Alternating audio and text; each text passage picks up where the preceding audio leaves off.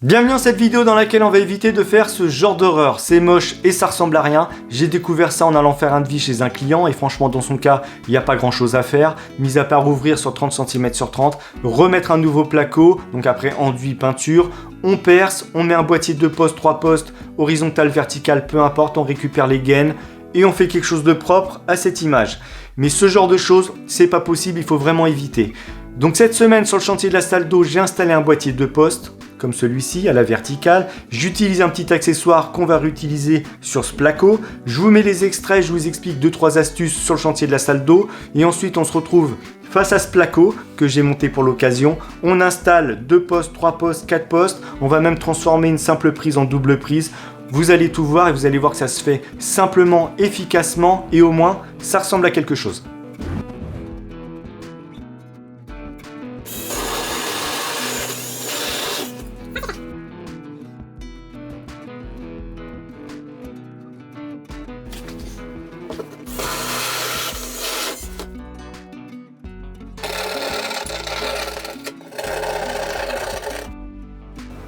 Donc ensuite on prend le boîtier double et il n'y a plus qu'à venir le positionner dedans.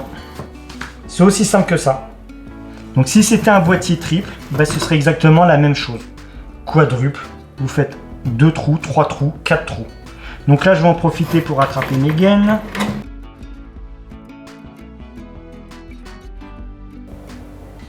Donc là on va percer ce trou.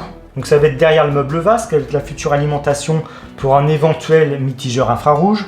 Vous avez vu que l'astuce du repère, je l'ai également faite pour l'évacuation et le multicouche. On va faire nos axes. Donc on perce.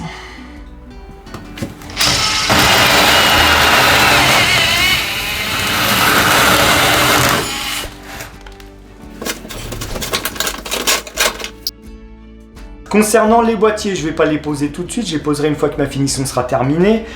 Dans mon cas, ça va être de la faïence, ça pourrait être de la peinture, de la tapisserie, de l'enduit décoratif ou même du lambris. Les boîtiers, on les pose toujours en dernier. En dernier dans le sens où ça évite de mettre de la colle carrelage, de la peinture, de l'enduit dedans, de boucher les têtes de vis à l'enduit, à la colle carrelage et de s'embêter à gratter. Donc posez-les en dernier, votre boîtier restera propre, ce sera plus esthétique et vous gagnerez du temps. Donc en dernier, le boîtier. Maintenant, concernant le trou, vous avez vu que j'ai fait le trou en premier. Alors, il y a peut-être certaines personnes qui vont vous dire « Ah non, ça ne sert à rien de faire le trou en premier ». Vous dessinez l'axe là où vous devez mettre votre interrupteur ou prise, peu importe. Dans mon cas, ça va être de la faïence, je vous l'ai dit, je vous montre à quoi elle ressemble. C'est de l'imitation bois, c'est gris, ça plaît à la propriétaire, c'est le principal. Donc, ma faïence va être dans ce sens-là. Je monte à ce niveau-là, je dessine mon axe. Donc d'ailleurs, je vais vous en reparler. Je dessine mes axes, je continue jusqu'au plafond, la colle sèche, je fais mes joints, les joints sont secs. Maintenant que je sais que c'est ici que je dois percer, on va pouvoir percer avec une scie cloche diamant, monter sur une meuleuse ou sur une perceuse. Et là, il ne faut pas se rater. Donc c'est pour ça que moi, j'aime pas faire ça comme ça, parce que si vous venez avec votre meuleuse et vous dites, maintenant je vais pouvoir percer ma faïence et le placo, le panneau à carreler directement et rattraper ma gaine, là, il faut être sûr de son coup. Parce que si vous venez avec votre meuleuse et que la meuleuse dérape, vous rayez votre faïence, peut-être celle du dessous, il faut tout casser, tout refaire. Ou alors vous percez, vous tapez dans la gaine, vous avez explosé la gaine, il n'y a plus de fil électrique, c'est mort. Ou vous percez et là vous dites, ah mince, ma gaine elle est tombée, je ne peux pas la rattraper. L'avantage de faire le trou en premier, donc sur votre placo panneau à carreler, c'est que je peux m'assurer que j'ai bien attrapé ma gaine. Si la gaine est tombée, ça peut arriver, et je peux découper légèrement en dessous, refaire un trou ici, rattraper ma gaine. De toute façon, c'est le trou qui sera sur votre faïence qui assurera le maintien du boîtier. Après, le boîtier il va être pris avec les griffes derrière le placo, le panneau à carreler. Donc imaginons que je coupe ici, c'est pas gênant puisque les griffes vont être de ce côté. Si je dois découper ici, le boîtier vous le tournez et les griffes sont prises ici et là, donc ça ne gênera pas. Mais assurez-vous toujours de rattraper votre gaine parce que je vous dis, une fois que la faïence est posée, là on ne va pas pouvoir gratter dans la faïence pour rattraper la gaine. Rattrapez votre gaine en premier, vous faites votre trou. Et donc astuce que j'ai déjà montré sur ma chaîne il y a quelques mois de ça, concernant l'axe vertical-horizontal. Vous voyez qu'il y a le laser dessus. J'ai positionné le laser en croix sur une perche ou sur un trépied. Ma faïence est collée à ce niveau-là. J'ai mis mes croisillons 2 mm, 3 mm, 4 mm, peu importe. Les croisillons sont positionnés. Je mets la faïence sur le dessus. Elle repose donc la faïence sur les croisillons. Je cale à gauche, je cale à droite, peu importe. Je sais que mon trou est ici, puisque le laser est projeté sur ma faïence. Vu qu'il est sur les axes, il est pile au milieu du trou. Je sais que je dois percer à cet endroit-là. Donc vous prenez un marqueur, vous faites un repère, vous redessinez les axes, peu importe. Vous enlevez votre faïence, vous allez dehors, vous percez à la scie cloche diamant diamètre 67-68. Vous revenez, vous positionnez votre faïence et vous êtes sûr d'être bon. Bon à tous les coups. Là, vous ne pouvez pas vous rater. Donc c'est pour ça que moi je préfère faire ça comme ça, dans le sens où ça peut arriver qu'on casse une faïence en perçant. Si je la casse d'or, c'est pas grave, je recommence. Au moins, j'ai pas à tout casser avec le marteau et le burin, à abîmer le placo, le panneau à carreler, parce que là vous allez tout exploser. Je vais faire ça d'or, et l'autre avantage de le faire d'or, c'est que je ne fais pas de poussière, que si vous percez directement avec une scie cloche montée sur une meuleuse, ça tourne encore plus vite qu'une perceuse, ça va voler de partout. Alors maintenant ils font des ventouses avec de l'eau, ça va ruisseler par terre, c'est pas du boulot, honnêtement. Faites d'abord votre trou, vous rattrapez votre gaine, vous dites à la gaine c'est bon, elle est là, je la laisse là.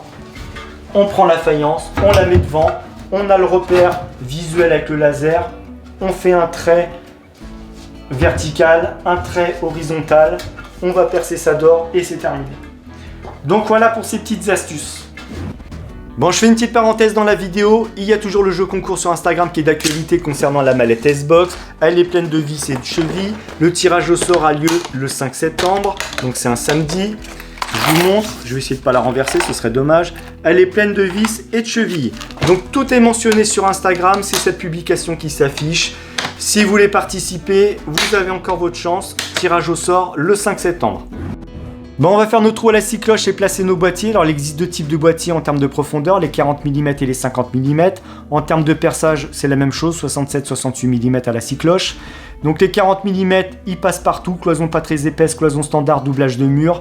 Le boîtier en 50 mm, il n'ira pas dans une cloison pas très épaisse, par contre, il ira dans une cloison standard ou un doublage de mur et vous gagnez en profondeur. Si vous devez faire un branchement au fond du boîtier en plus de la prise ou de l'inter, ça ne gênera pas.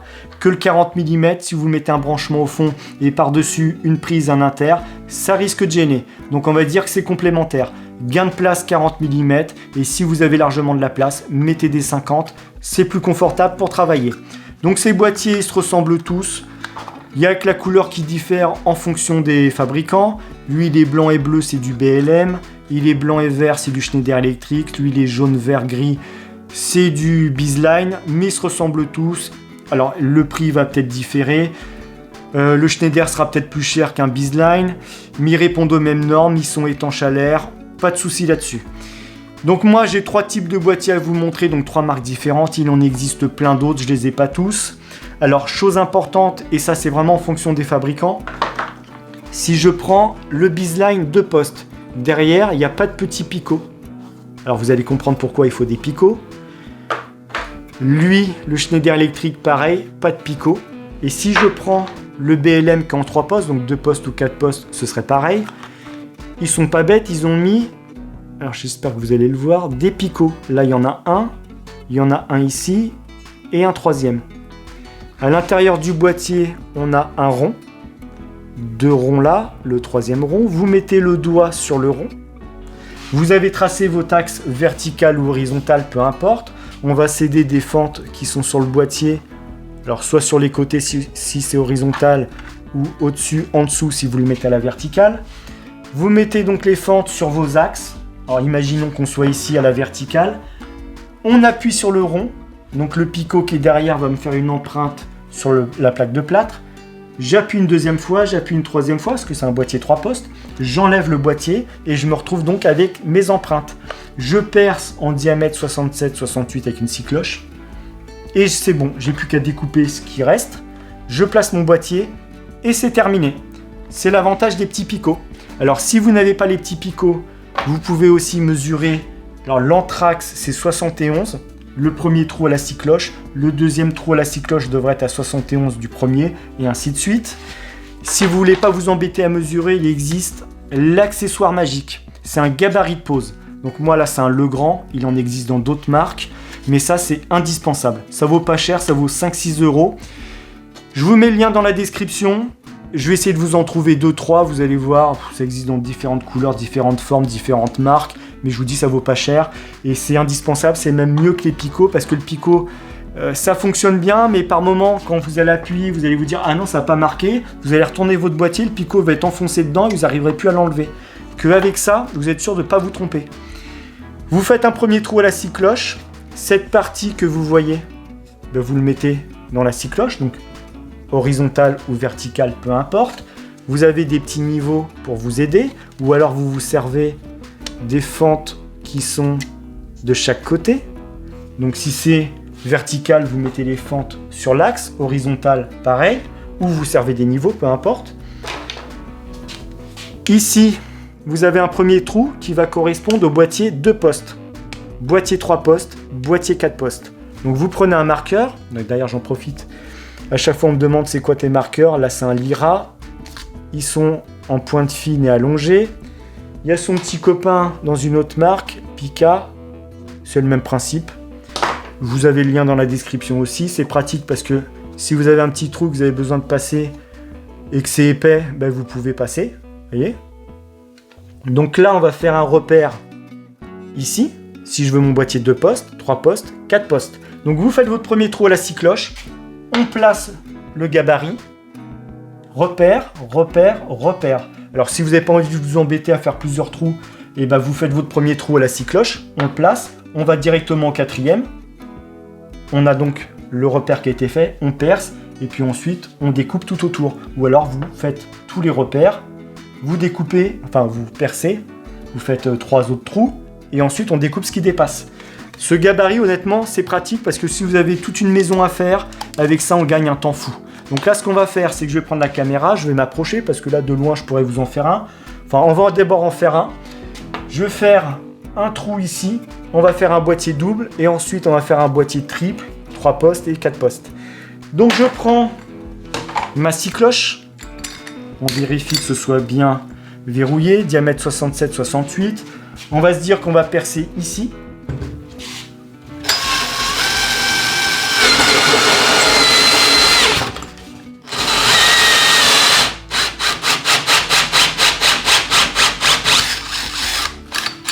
Voilà, donc je vais enlever, hop, on enlève. Donc j'ai mon premier trou qui a été fait. Je prends donc mon marqueur, on met cette partie dans le trou de la scie cloche. Vous vous aidez du niveau, ou si vous aviez fait votre axe, peu importe. Donc le marqueur, on le passe dans le trou. J'enlève et donc je sais que je dois percer ici. Donc on va percer, je referme ça, hop, on reprend la perceuse et la scie cloche, on se met sur le repère et on perce.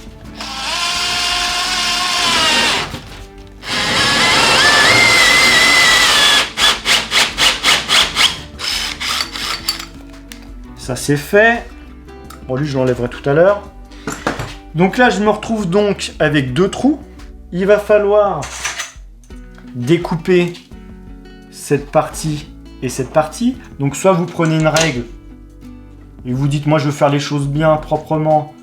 Vous dessinez, vous allez au droit ou vous le faites à main levée si vous avez envie de le faire à main levée. Voilà. Donc en gros, faut supprimer ça et ça. Donc pour supprimer, on prend une scie à guichet et on découpe. Donc la scie à guichet, des deux côtés, vous voyez, elle peut couper. C'est une Edma, je vous montre. Il y a le lien dans la description si ça vous intéresse. C'est pratique parce que vous pouvez aller dans un sens et dans l'autre. Ça c'est fait, donc notre trou est fait. On va prendre, je sais pas, celui-là par exemple. On le place et ça rentre. Nickel, c'est fait. Je peux maintenant mettre interrupteur prise, double prise, peu importe. Je sais que je suis bon au niveau de mon axe, G71, mon boîtier rentre pile, mes prises où mon interrupteur est prise vont pouvoir se positionner dans le boîtier, le cache tout autour et je suis tranquille. Bon, je vous ai rapproché pour que vous puissiez mieux voir. On a fait un premier trou, on a fait un deuxième trou, on a découpé ce qui dépassait, on a placé le boîtier. Maintenant, il va falloir serrer une vis, deux vis, trois vis, quatre vis, histoire de ramener les griffes qui sont derrière pour que le boîtier soit serré à la plaque de plâtre.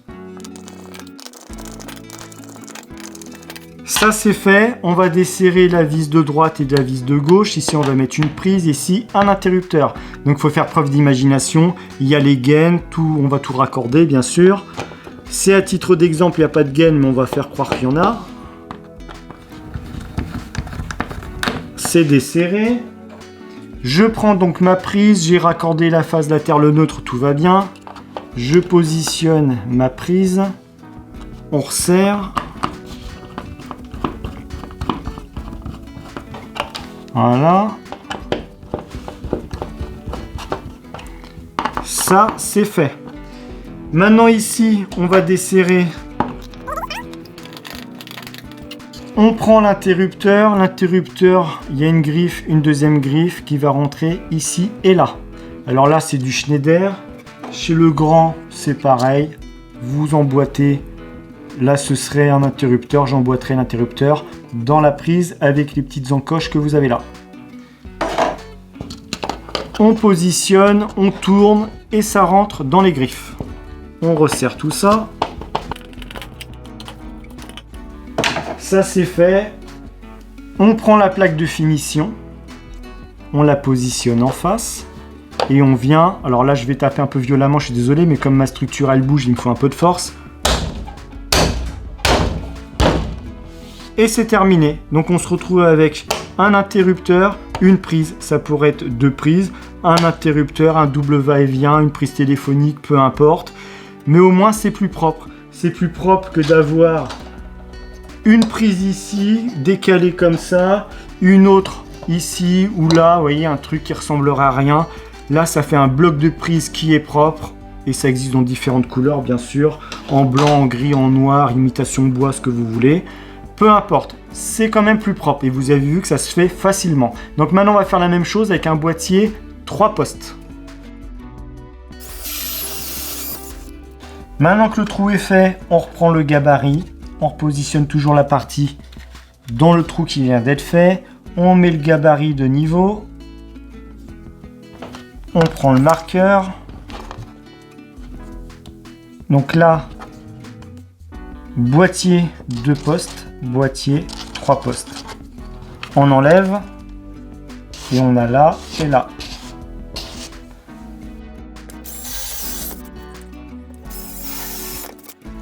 Donc maintenant que c'est fait, vous pouvez relier et faire un trait ou sinon vous découpez à vue d'œil, c'est comme vous voulez. Moi j'ai envie de faire ça proprement. Voilà. Toujours la scie à guichet et puis on découpe. Le boîtier triple, on le positionne dedans.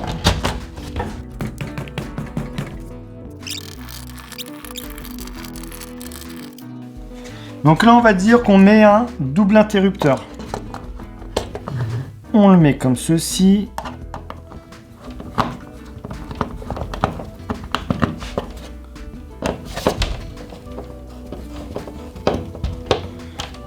On desserre au milieu. On va mettre un autre double interrupteur, soyons fous.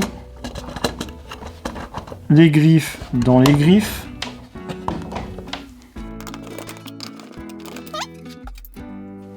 Donc là on desserre également. Et on vient positionner un interrupteur.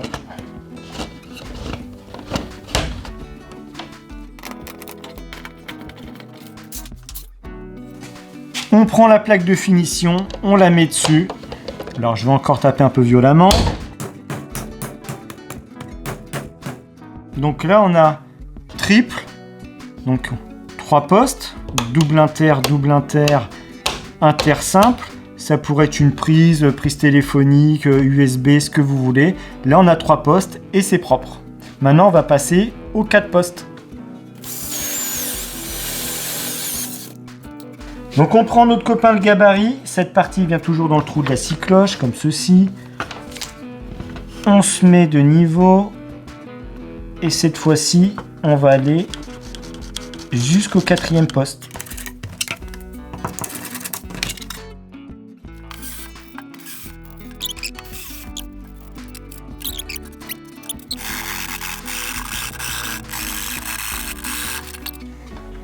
On prend le gros boîtier, le gros bébé, on le met là-dedans.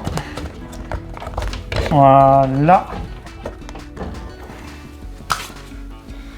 Et on vient serrer.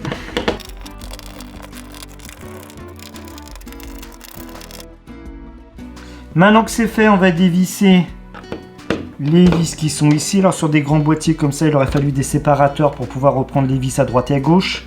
Là, il n'y en a pas, c'est pas grave, c'est pas la fin du monde. On va utiliser celle du haut.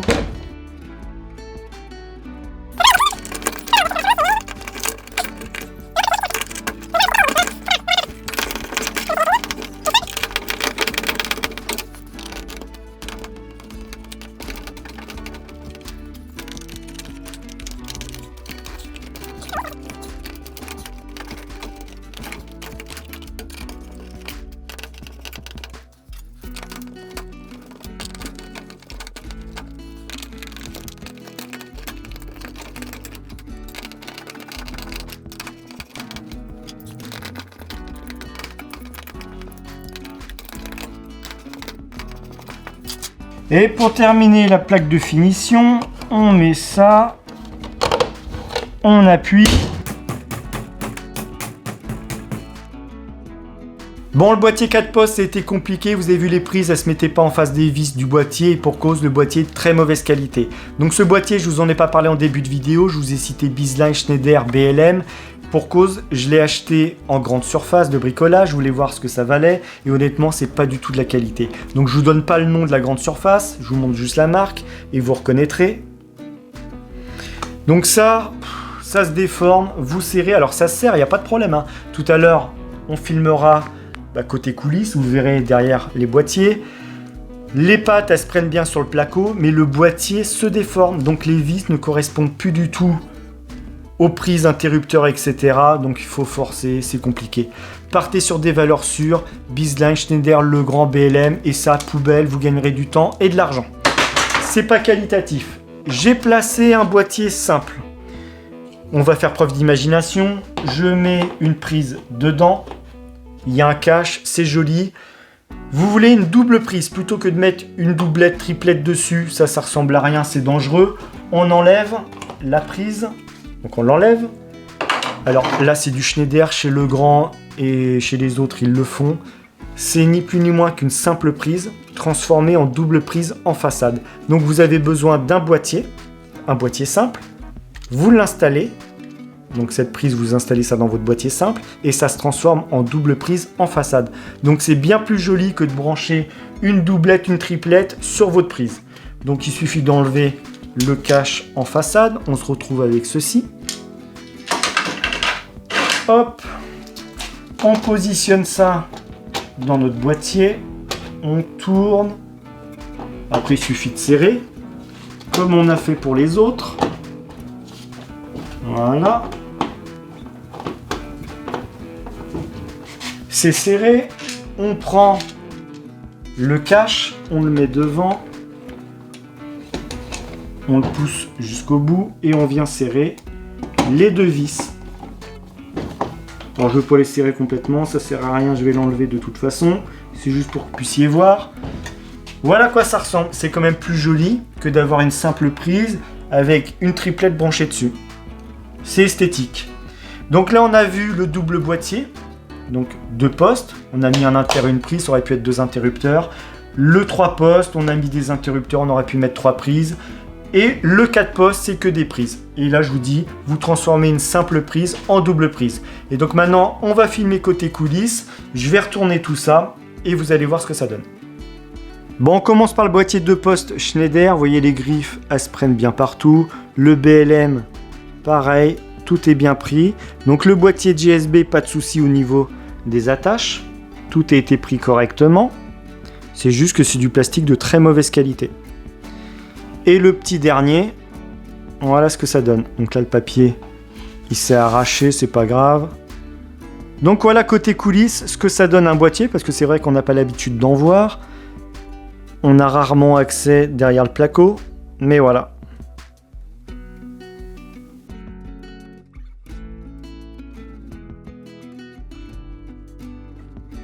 Bon, rien de compliqué pour installer un boîtier de 2 postes, 3 postes ou même 4 postes. Il suffit d'avoir le bon accessoire, vous faites un trou à la scie cloche, vous placez votre gabarit et c'est le gabarit qui fait tout le reste. Vous avez le lien dans la description, je vous mets plusieurs modèles, vous choisirez celui qui vous convient et au moins les choses sont faites proprement. On a même vu comment remplacer une simple prise en double prise, c'est quand même plus propre que d'avoir des triplettes branchées sur les prises.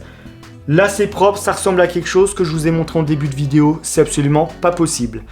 On a fait le tour, si vous avez des suggestions pour l'électricité, n'hésitez pas, j'essaierai de vous faire des vidéos un peu plus détaillées sur l'électricité, notamment prochainement il y aura la pose d'un tableau électrique, on en reparlera. On a fait le tour de tout, je vous remercie d'avoir regardé cette vidéo et je vous retrouve très prochainement pour la suite des travaux.